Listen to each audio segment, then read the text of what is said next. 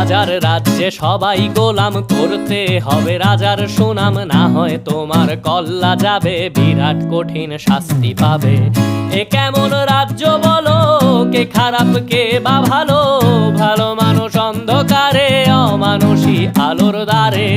এ কেমন হচ্ছে খেলা, চারিদিকে কষ্ট মেলা, কে কোথায় যাচ্ছি ভেসে, থামবো কোথায় অবশেষে। রাজার রাজ্যে সবাই গোলাম, করতে হবে রাজার সুনাম, না হয় তোমার কল্লা যাবে, বিরাট কঠিন শাস্তি পাবে।